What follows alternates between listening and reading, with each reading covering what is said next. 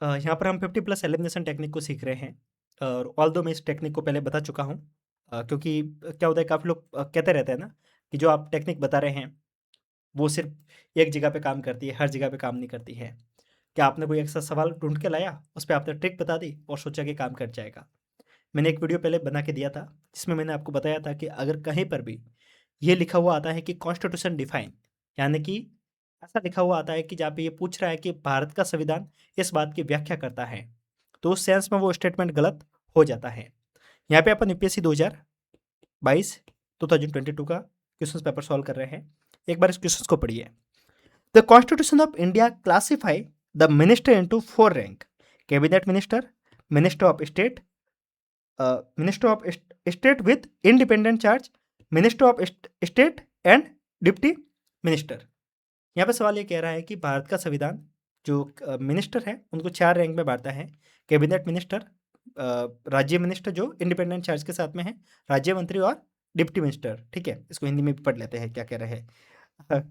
कहाँ लिखा गया, हाँ, भारत का संविधान मंत्रियों को 4 श्रेणियों में अर्थात कैबिनेट मंत्री, स्वतंत्र प्रभार वाले राज्य मंत्री और उप मंत्री में वर्गीकृत करता है।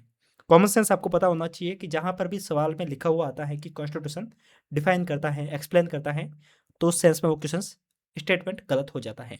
ठीक है, और इस बात को ध्यान में रखना, मैंने आपको पहले भी बताया है, एलिमिनेशन टेक्निक से यूपीएससी का पेपर सॉल्व होने वाला नहीं है, पर आपको ये हेल्प करेगा एक राइट आंसर तक पहुंचने में। कैसे? कि हमने एलिमिनेशन टेक्निक से इसको तो काट दिया। वैसे तो नॉलेज से भी सॉल्व हो जाता है क्योंकि हमें पता है कि कॉन्स्टिट्यूशन में ऐसा कुछ लिखा हुआ नहीं है। ये सारी चीज़ें संसद ने बनाई है, ना कि कॉन्स्टिट्यूशन ने बनाई हुई है। कॉन्स्टिट्यूशन ने ऐसा कुछ भी चीज़ मेंशन नहीं की है। लेकिन इस बात को ध्यान में रखना कि हमें हर चीज़ का नॉलेज नहीं हो सकता। जैसे कि हमने पहले एक क्वेश्चन देखा था, जो देखा था कंटेम्प्ट ऑफ कोर्ट को लेकर। यहाँ पे क्या लिखा हुआ था? The constitution of India define civil contempt and criminal contempt. तो हमें पता है कि कॉन्स्टिट्यूशन इतना डिटेल में नहीं जा सकता, तो उस सेंस में अपन इसको काट सकते हैं। बट एक बार इसको पढ़िए। The total number of minister in the union cabinet including the prime minister shall not be exceed 15% of the total number of member in the Lok Sabha. तो आप ये देखिए कि यहाँ पे नॉलेज की जरूरत है, और नॉलेज की बेस पे आपको पता होगा कि ये स्टेटमेंट सही है। अमेंडमेंट के तहत, 91st अमेंडमेंट के तहत 15% से ज़्यादा जो मिनिस्टर है उसकी संख्या नहीं होनी चाहिए। नॉलेज आपके पास में है तो इसको आप पहुंच पाएंगे और इसको आप काट पाएंगे।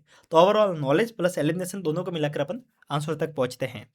अगर आपको इस तरीके की सीरीज अच्छी लग रही है तो आप पूरे प्लेलिस्ट को विजिट कर सकते हैं, और पूरी प्लेलिस्ट पे मैंने इस तरीके के बहुत सारे वीडियोज बनाए हैं।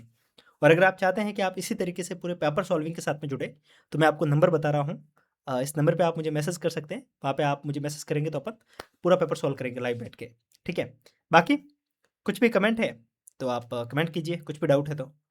और इसकी पीडीएफ के लिए आप टेलीग्राम को ज्वाइन करना। टेलीग्राम की लिंक मैं आपको नीचे दे रहा हूँ। यूपीएससी परी 2026 के लिए चैनल पे 2-3 सीरीज चल रही हैं जहाँ पे प्रेडिक्शन, यूपीएससी में जो क्वेश्चंस वापस पूछे जा सकते हैं उसको भी अपन बता रहे हैं। और ऐसे वीडियो के लिए अपन फिर मिलेंगे, तब तक के लिए नमस्कार, जय हिंद।